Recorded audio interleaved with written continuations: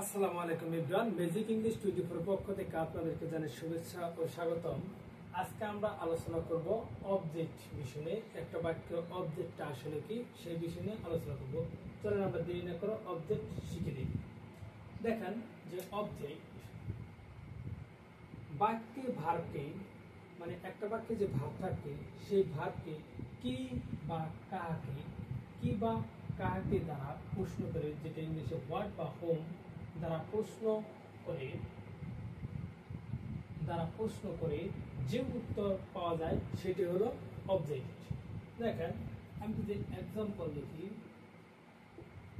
যে হি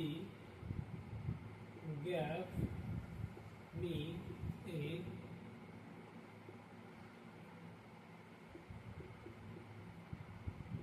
flower vase, সে একটা আমাকে কি দিয়েছিল, ফুলদানি দিয়েছিল।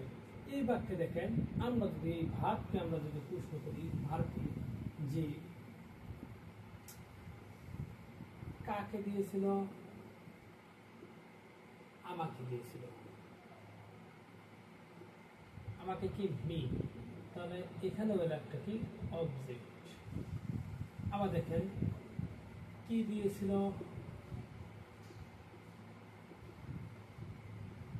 কি দিয়েছিল, একটি ফুলদানি, তাহলে এই বাক্যে এটা হলো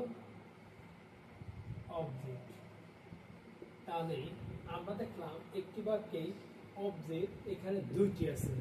একটা হলো যে আমাকে দিয়েছিল, কাকে দিয়েছিল, আমাকে প্রশ্ন উত্তর করে পাইছি। আবার কি দিয়েছিল, একটি ফুলদানি দিয়েছিল। তাহলে এই বাক্য অবজেক্ট হলো দুইটা, মি এবং এ ফ্লাওয়ার, দুইটি অবজেক্ট। আমরা তাহলে অবজেক্ট বের করি কি বা কাকে, হোয়াট বা হোম দ্বারা প্রশ্ন করে যদি উত্তর পায়, এবার উত্তর করছি, তাহলে সেটা হলো আপনার অবজেক্ট। দেখেন এখানে এক নম্বর যদি আমি দিই যে এখানে কি দিয়েছিল, কি দিয়েছিল, তাহলে আমরা দিতে পারি a flower vase, a flower vase. দুই নম্বর কাকে দিয়েছিল, কাকে দিয়েছিল, আমাকে, তাহলে মি একটা অবজেক্ট। দুটি কি এবারকে অবজেক্ট হিসেবে বসেছে। আমরা দেখলাম যে একটা বাক্যে দুইটি, এখানে বাক্যে কয়টা অবজেক্ট, দুইটা অবজেক্ট, দুইটি আমরা অ্যান্সার পেয়েছি, তার জন্য দুইটি অবজেক্ট। এখন দেখবো যে আমরা আসলে একটা বাক্যে অবজেক্টের অবস্থান কি কি। একটা বাক্যে অবজেক্টের অবস্থান দেখেন যে বাক্যে অবজেক্ট এর অবস্থান, সাবজেক্টে যেমন আমরা করছিলাম কি কি, এখানে আমরা অবজেক্টে করব কি কি অবস্থান। দেখেন অবজেক্টে আমরা যদি বলি কি কি অবস্থান, সেটা হলো এখানে আপনি দেখতে পারেন যে প্রথমে noun, noun, noun phrase, noun, noun phrase, gerund, gerund এবং প্রোনাউনে, প্রোনাউন এর অবজেক্টিভ ফর্ম, অবজেক্টিভ ফর্ম। তাহলে এখানে যে আপনি পেলেন যে চারটা, এই চারটা অবজেক্ট হয়ে থাকে, চারটা কি হয়ে থাকে, অবজেক্ট হয়ে থাকে। তাহলে একটা বাক্যে অবজেক্টের অবস্থান কি কি হতে পারে, নাম্বার ওয়ান কোন নাউন হতে পারে, নাউন ফ্রেজ হতে পারে, জিরান হতে পারে এবং প্রোনাউনের অবজেক্টিভ ফর্ম হতে পারে। এটা আমরা দেখলাম একটা বাক্যে অবজেক্টের অবস্থান এটি হতে পারে। তাহলে এই অবজেক্টের অবস্থান যদি এগুলো হয়, আমরা দেখব যে আসলে একটা বাক্যে অবজেক্ট কি কি ধরনের হয়ে থাকে। লেখেন যে অবজেক্ট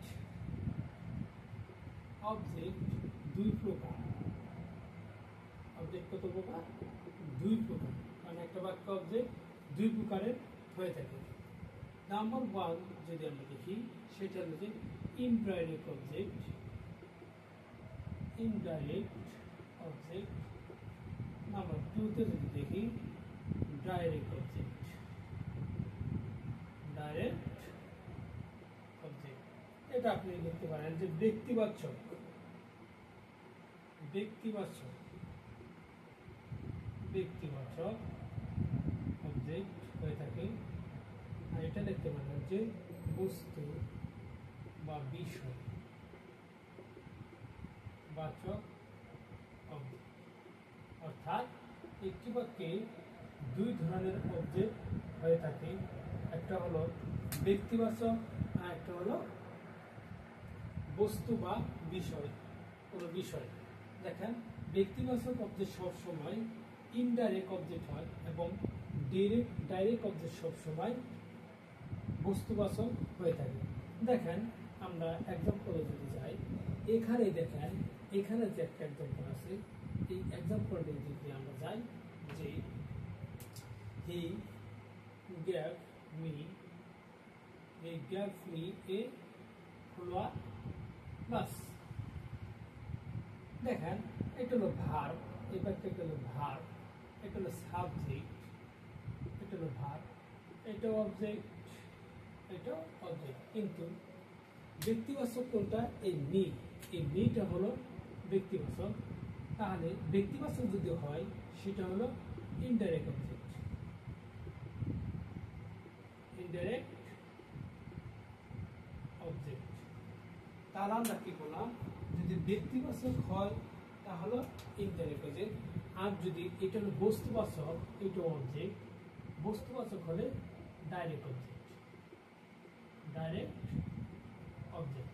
অর্থাৎ একটি বাক্যে যদি দুইটি অবজেক্ট আমরা পাই, যেটা ব্যক্তিবাচক থাকবে সেটি হলো ইনডাইরেক্ট অবজেক্ট, এবং যেটা বস্তুবাচক থাকবে সেটি হলো ডাইরেক্ট অবজেক্ট। তাহলে আমরা মনে রাখতে হবে যে কোনো বাক্যে একটি মাত্র যদি অবজেক্ট থাকে, যদি কোনো বাক্যে একটি মাত্র অবজেক্ট আমার থাকে, এটা আমরা বললাম ডাইরেক্ট আর ইনডাইরেক্ট। যদি আমরা বলি যে কোনো বাক্যে একটি মাত্র অবজেক্ট থাকে তাহলে সেটি হবে ডাইরেক্ট অবজেক্ট। এখন সেটা ব্যক্তিবাচক হোক আর বস্তুবাচক হোক, ব্যক্তি বা বস্তুবাচক যেটি হোক না কেন, যদি একটা মাত্র আমরা অবজেক্ট পাই তাহলে সেটি হবে ডাইরেক্ট অবজেক্ট। দেখেন এক্সাম্পল যে the man helped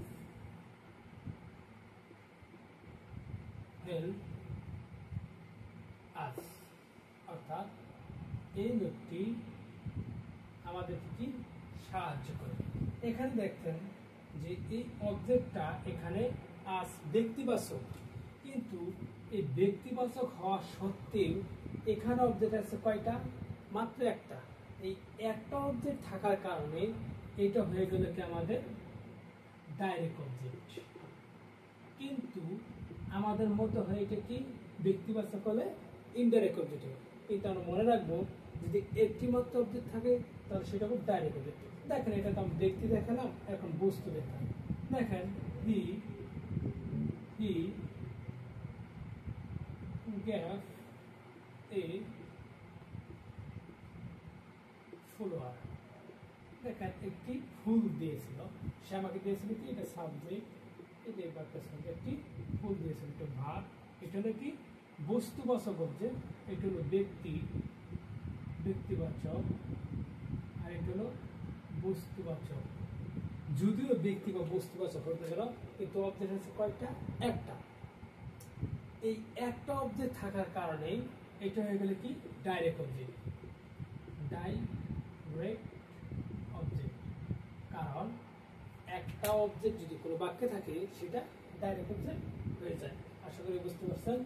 এখন আমরা আলোচনা করব এই অবজেক্টেরই অংশ নিয়ে। যদি হ্যাঁ কোনো বাক্যে অবজেক্ট প্রিপজিশন নিয়ে আসে তখন আমরা কি করব? একটা বাক্যে যদি প্রিপজিশন নিয়ে আসে তখন আমরা কি করব?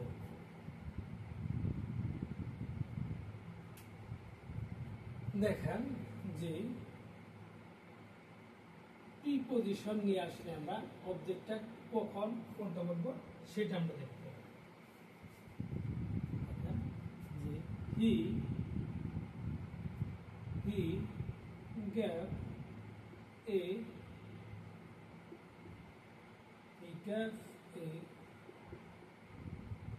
flower vase to me.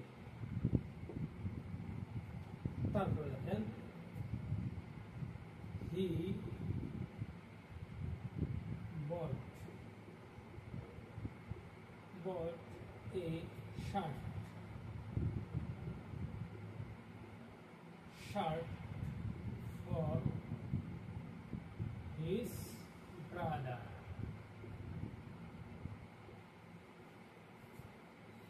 এখানে দেখেন যে আমাদের অবজেক্ট আছে কয়টা, এ ফ্লোয়ার, আবার অবজেক্ট আছে এ ফ্লোয়ার বাস, আবার মি, এ শার্ট, আবার এখানে কি হিজ ব্রাদার। এটা ফর, এটা যেহেতু দেখা যাচ্ছে না আমি লিখে দিই ফর, এটা হলো প্রিপজিশন, এটা হলো প্রিপজিশন। আমরা কিছুক্ষণ আগে দেখলাম যে কোনো সেন্টেন্সে আসলে ব্যক্তিবাচক আগে হয়, বস্তুবাচক পরে হয়, ডাইরেক্ট ইনডাইরেক্ট অবজেক্টটা পরে আগে হয়, ডাইরেক্ট অবজেক্টটা পরে, কিন্তু না, মনে রাখবেন যদি প্রিপজিশন যুক্ত কোনো অবজেক্ট আসে তাহলে আমাদের ডাইরেক্ট অবজেক্টটা আগে হবে এবং ব্যক্তিবাচক ইনডাইরেক্ট অবজেক্টটা পরে হবে। তাহলে এটা আমাদের লিখে নিতে পারি, আমরা নোট করে নিতে পারি, নোট করে নিতে নেন যে note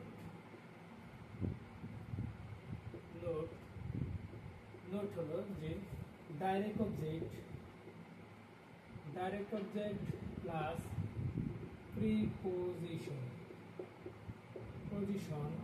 plus indirect object, direct object. কিন্তু এটা হলো 2 নম্বর, আর নোট আপনার আরেকটা কথা 1 নম্বর যে ইনডাইরেক্ট অবজেক্ট প্লাস ডাইরেক্ট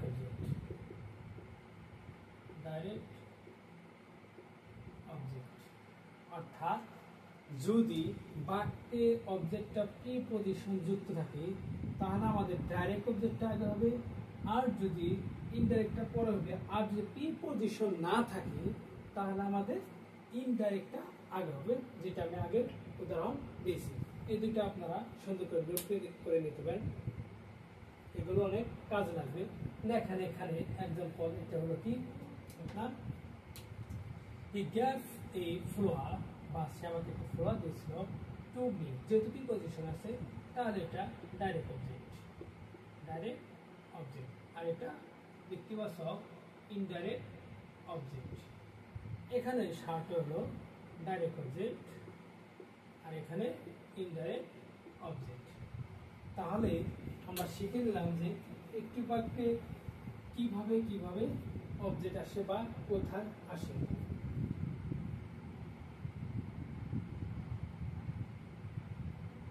মনে রাখবেন যে আরেকটা নোট আপনার লিখে নিতে হবে যে ডাইরেক্ট অবজেক্টটা সবসময় ডাইরেক্ট অবজেক্ট সব সময় ভার্ব এর কাজ করে এবং ইনডাইরেক্ট অবজেক্ট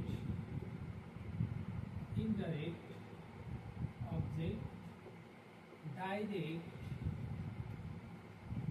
অবজেক্ট এর কাজ করে থাকে।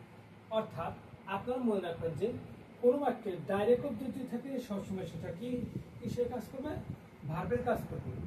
আর যদি ভার্বের কাজ করে এরপর এবং ইনডাইরেক্ট অবজেক্ট করে, এবং দেখেন ডাইরেক্ট অবজেক্ট সবসময় ভার্বের কাজ করে এবং ইনডাইরেক্ট অবজেক্ট ডাইরেক্ট অবজেক্টে কাজ করে একদম পরিষ্কার হবে he gave me a fuller এটাই দেখেন एग्जांपल হি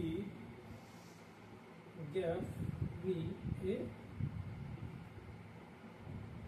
ফুলার দেখেন ডাইরেক্ট অবজেক্ট আর ইনডাইরেক্ট অবজেক্ট ডাইরেক্ট অবজেক্ট কার কাজ করে থাকে ডাইরেক্ট ভার্বের কাজ করে এখানে ডাইরেক্ট অবজেক্ট এটা আর এটা ইনডাইরেক্ট অবজেক্ট এটা দেখেন হি গেভ মি কি দিয়েছিল সে আমাকে ফুল দিয়েছিল একটি ফুল দিয়েছিল ডাইরেক্ট ভার্বের কাজ করে আবার যদি বলি যে কাকে দিয়েছিল আমাকে একটি ফুল দিয়েছিল আমাকে তাহলে এটা কাজ করলে কিসে ইনডাইরেক্ট অবজেক্ট তাহলে আমরা জেনে নিলাম যে দুইটা অবজেক্ট থাকলে ইনডাইরেক্ট ডাইরেক্ট অবজেক্টে কাজ করে সরাসরি ভার্বে আর ইনডাইরেক্ট অবজেক্টটা সরাসরি কাজ করবে ডাইরেক্ট অবজেক্টে আশা করি আপনারা এই অবজেক্ট সম্পর্কে আপনাদের আর ঝামেলা থাকবে না বুঝতে পারছেন একটা অবজেক্ট ধরতে পারবেন যে অবজেক্ট কয় ধরনের আসে কি কি আসে এবং একই অবজেক্ট যেটাই হোক যে ইনডাইরেক্ট বা ডাইরেক্ট সেটা আমি পার্থক্য বুঝে দিচ্ছি আর প্রিপজিশন দ্বারা আসে উল্টা পাল্টা বসে থাকে সবাই ভালো থাকবেন সুস্থ থাকবেন দেখা হবে পরবর্তী ক্লাস এ অন্য কোনো বিষয় নিয়ে আল্লাহ হাফেজ